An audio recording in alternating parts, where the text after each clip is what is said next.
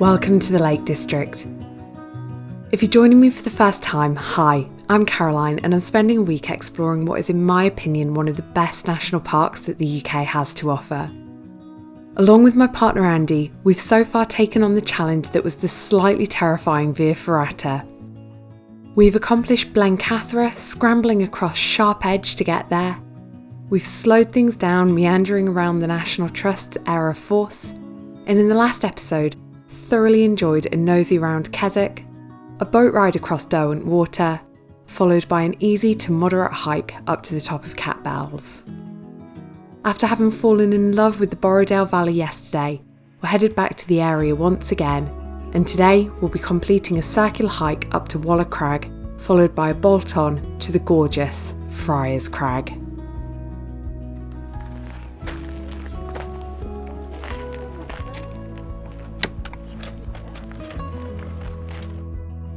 Good morning and welcome to the National Trust's Great Wood on the very edge of Derwent Water. We've come here today to hike a 1 3/4 hour circular hike up to Walla Crag. We're also going to go up to Ashness Bridge, and when we circle back to the car park, we're looking at then doing a much more simple flat amble along the lakeside, along to another viewpoint that's a little bit closer to Keswick.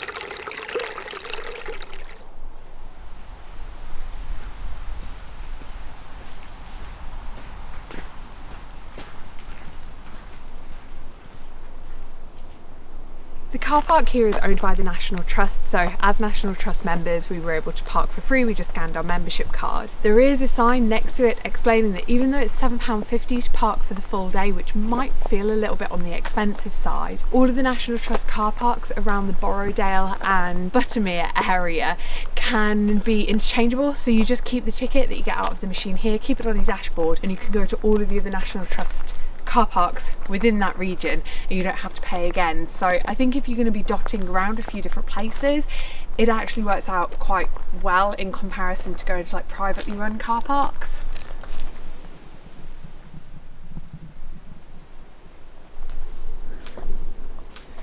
The woods around Walla Crag are known for having both red squirrels and also roe deer.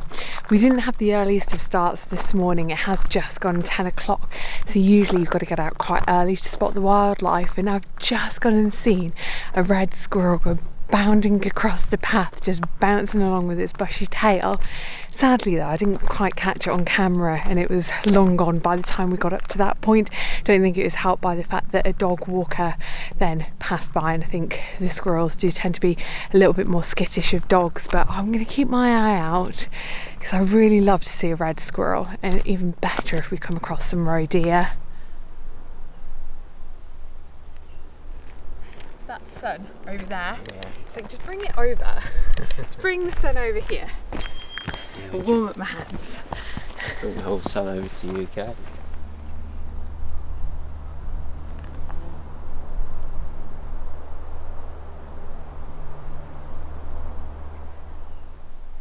We've just come out of the woods and it's opened out to these farmers' fields on the left hand side of the trail. We've got on the left hand side of the frame Derwent Water, and then on the right hand side is Bassenthwaite Lake. I wasn't too sure how you pronounce Bassenthwaite. I do find that a lot of comments that I'm getting on my videos keep on telling me you mispronounce something, so I figured I would stop and ask one of the National Trust volunteers who was down at the car park, and what he explained to me is that locals just call it Bass Lake. They just shorten it down to that, so I'll try and blend in with the locals and I'll say that it's Bass Lake in that direction there. What's quite interesting is that after the Ice Age, the two lakes were actually just one lake, and there's a couple of different rivers that come down and meet the lakes in that valley, and each of them were bringing a lot of silt in, which has then caused marshy land. Any of the settlements that you can see between the two lakes are up ever so slightly. This area suffered from severe flooding in both 2005 and again in 2009, and when that happened, both of the lakes became one again because naturally it flooded into those marshy floodplains.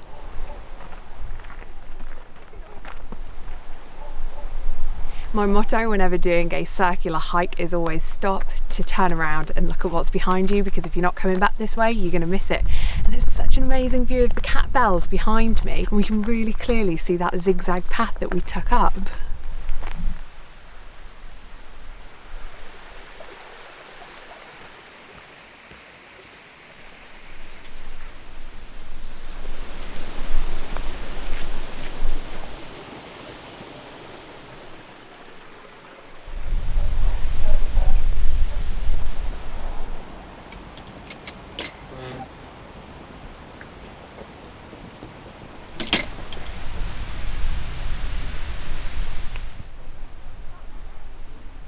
We're now starting to climb up a little bit of elevation, and surprise, surprise, we're now walking in amongst ferns. It seems to be a thing of the Lake District, but I think because of the elevation gain that we're gathering, just naturally you're stopping a little bit more, and therefore you're taking in the view, and you've got a fantastic view over Latrigg and then behind it of Skiddaw. Now, following the National Trust's instructions, it does say to take the green path.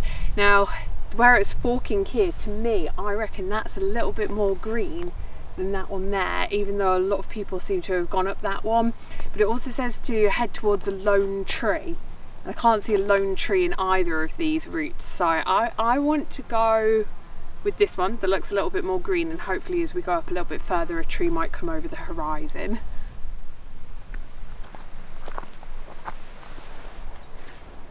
There must have been about 15 odd people in front of us, because one of them was quite a big party, and they all took the fork to the right. We decided to be different, we took the fork to the left. It also kind of matches up with what's on the OS map. What's interesting is that everyone who's behind us has now decided to follow us. And the same thing kept on happening yesterday at the Catbells, particularly where it was a little bit scrambly on getting off the top of it. I kept on picking routes that no one else was taking, thinking it might have been a little bit easier vlogging on camera, but then as soon as I picked a random route that no one else had picked, loads of people kept on following. So I don't know, is there something about how we look that makes us seem like we know what we're doing? The National Trust's instructions did warn that after that Y-ing of the footpath that it gets wet in places, and at first I thought, oh, it's just like really dried up stream, but actually looking here, I think we're lucky because we've come in summer, but I imagine in most other seasons this is probably super boggy, so a pair of waterproof boots would probably be a must to come this way.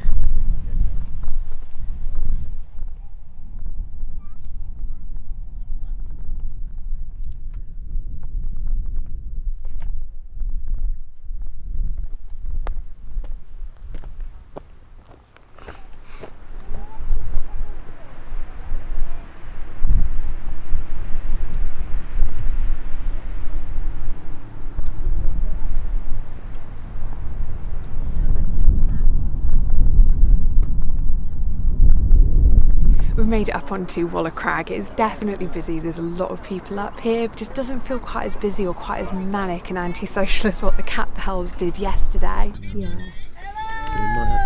There is a crazy amount of heather surrounding this entire crag, and really stunning views down onto Keswick, over onto Skiddaw. We've got Latrigg, we've got Bass Lake, we've got Derwent Lake, we've got the Catbells over there. It really is a hike that gives some fantastic views, but for not an awful lot of effort to get up here. But we're going to have a quick ham and egg sandwich for lunch.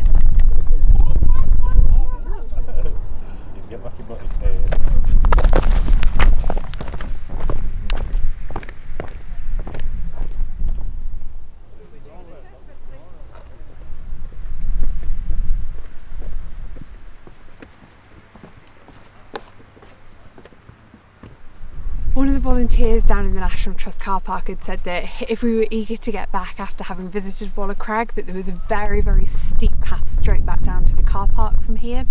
But one, my knees, two, it's only just gone midday, and so we're going to head out this way, but I don't think it's the main path that you can see going back up the hill. I think there's another path that starts to cut across, and that's going to take us down to the really beautiful old stone bridge. But there is quite a way to go before we actually get to that stone bridge, but it should hopefully be a lot more gentle to get us back down to lake level.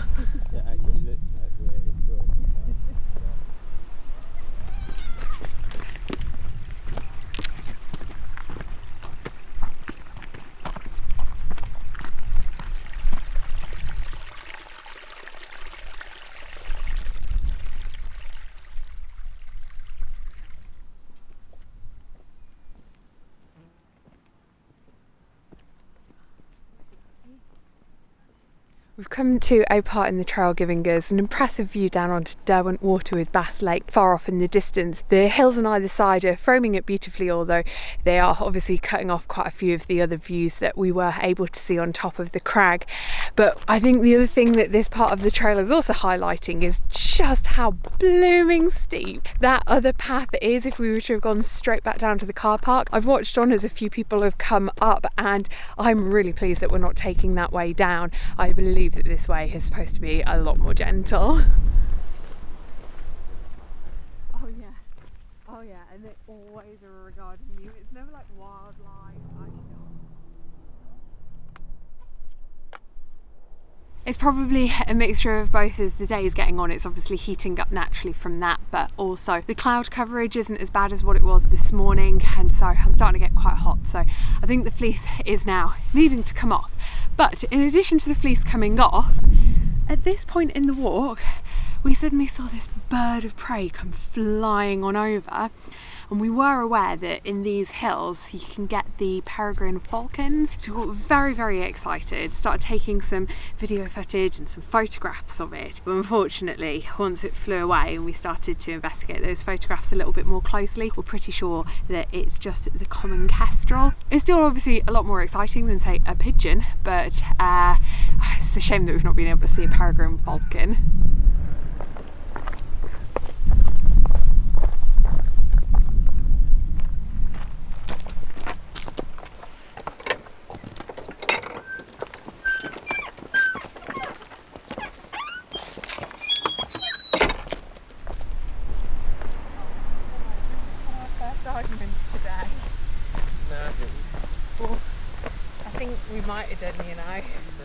Once again, we're deciding to throw the rule book out of the window. It is saying Ashness Bridge is 150 metres that away, but both our OS and the National Trust instructions that we're following is actually telling us go through the gate, go across the wooden bridge, and then we turn downhill that way. So we're going to keep on following the instructions despite the fact that that's telling us otherwise.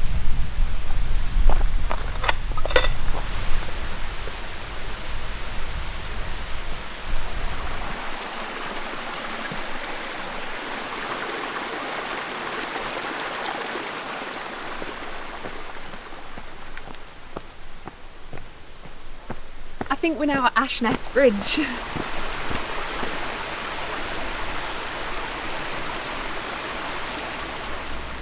We completely skipped past our 11sies this morning and just went straight for lunch at midday, so still got our Nature Valley bars in our backpack, so mid-afternoonsies instead.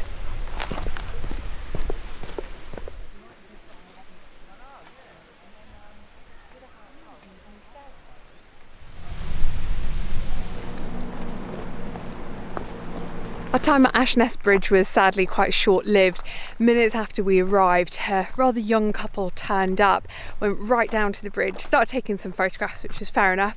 I just assumed, if we waited a few minutes, get them to have taken their photographs and then move on, but unfortunately they then just sat down for ages. And speaking candidly, I was starting to get rather frustrated by, I suppose, the lack of manners, because it wasn't just us, there were a lot of other, tourists around, and I think they were all quite frustrated as well. So we've just decided to move on, and we are now walking back to the Great Wood Carpark. It's a good job that I enjoy ferns, because this walk is through so many ferns.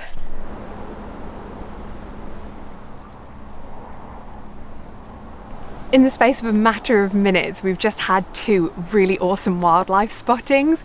At first, Andy shouted to me, he was like, there's a snake, there's a snake. And I thought by the time I get over, chances are it will probably be long gone. But it was just out on the rocks that we're walking on the trail, just sunning itself. And I suppose this morning was really quite cold. I was in my fleece and my hands, my fingers were ice cold, but it's really heated up since the sun's come out, and I'm guessing it's brought the wildlife out. And it was still sat there, and then eventually it just really slowly slithered away, and we've just done a quick research on our phone, and what we've worked out is it actually wasn't a snake, it was what's known as a slow worm, and it's actually a reptile that has no legs. And I'd learnt about these things when we were in Cornwall at the beginning of the summer holidays. Slow worms will eat things like other earthworms, slugs, snails, sometimes even spiders. And what's really cool is that their teeth go backwards, so if they do catch anything that's super wriggly, they can't get out because they're just trying to fight up against these really, really sharp teeth. That means that, well, it not necessarily means that, but I know that they can't bite humans, so they're not unsafe to us. And I'm guessing one of those reasons for it being is because of the way in which their teeth are shaped. No sooner had we worked out that that was a slow worm, we then just saw a peregrine falcon, and this time it definitely was a peregrine falcon, fly over, but it came and went. No sooner had we really laid eyes on it. But two really, really cool wildlife spottings.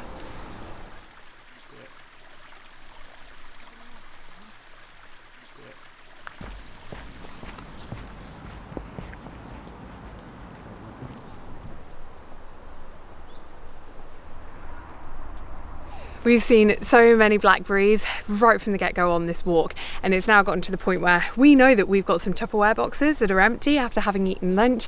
So we're going, I know scrumping is what you call it when it's apples, but I don't know what it's called, blackberry picking? We're going blackberry picking, and this can go in my porridge for the next few mornings.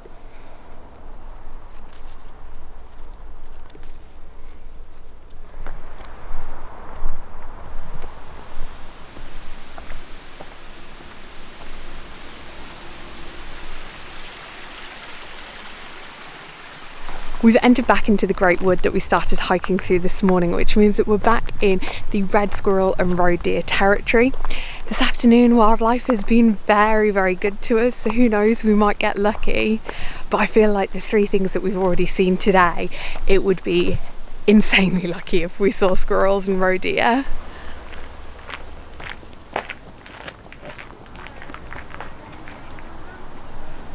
Elongating our walk somewhat, we've decided to drop down to the lake shore of Derwent Water. Now, of course, we were walking along this yesterday after Catbells. That was on the western shore. Today we're sticking to the eastern shore, and about a 20 or so minute walk towards town is going to take us to a spot called Friars Crag. I really wish I'd known about this yesterday because it's a lot closer to where the launch ferry docked us back in town. It is supposed to be a truly stunning viewpoint looking out over Derwent Water. Look at that diabetes.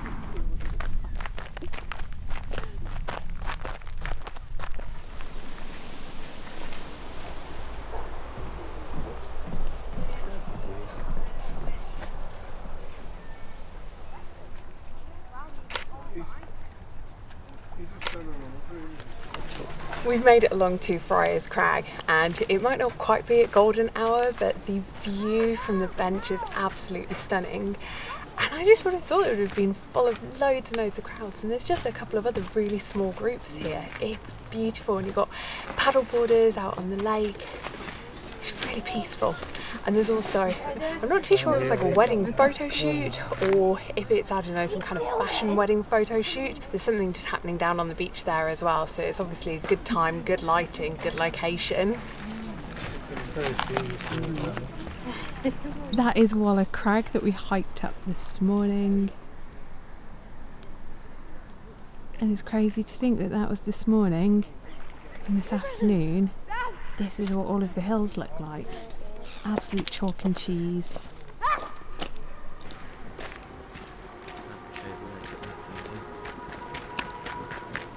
This part of the lake at this time of the day is absolutely stunning. When we got back down from Walla Crag, I said to Andy I would either like to go around to Friars Crag or I wouldn't mind a dip in the lake, but I would have just gone into the lake where the car park was, and he said he'd prefer to go around to Friars Crag, and I'm so pleased that he did. This is just really surreal. There's full-on public footpaths out of gravel going through fields that have farmers' sheep just grazing in them. And then you've got the beautiful backdrop of Lake Derwent and then the Catbells in the background. As the sun's going down at the moment, it's just giving it such a beautiful golden glow. I can't get over how stunning this is. For what is a relatively easy and straightforward walk, Walla Crag and also going out to Friars Crag has been such an amazing day, and these are definitely walks that I'd highly recommend to most abilities. The path for the most part up and back down from Walla Crag was really well maintained. It was only really towards the end when we were walking from the bridge back to the Wood Carpark did it start to become quite overgrown. The path again along the lakeshore out to Friars Crag, also incredibly well maintained. There were parts as well where there were boardwalks because of how marshy the land was. From a wildlife point of view, it was obviously amazing getting to see those really great birds, and we also got to see the slow worm. We've also been able to go wild fruit picking, and we actually managed to get quite a haul. So these are our blackberries, which we'll be eating, I'm sure, for breakfast for the next few mornings. The view from the top was wonderful. Again, just sort of being nestled in amongst the mountains and the hills rather than being up at the very top looking down. And I do quite often like that kind of view. As far as crowds go, it was a little bit on the busy side. It definitely wasn't as quiet as Blencathra, which was the first hike that we did whilst we've been up in the lakes on this particular trip. But in comparison to, say, Catbells, much more quieter. And also the people who were around just tended to be a lot more thoughtful, with the exception of just that one couple at the bridge. But it's been a fantastic day. Time is getting on quite a bit now, so I think I'm just quite eager to get back to our cottage and get some dinner.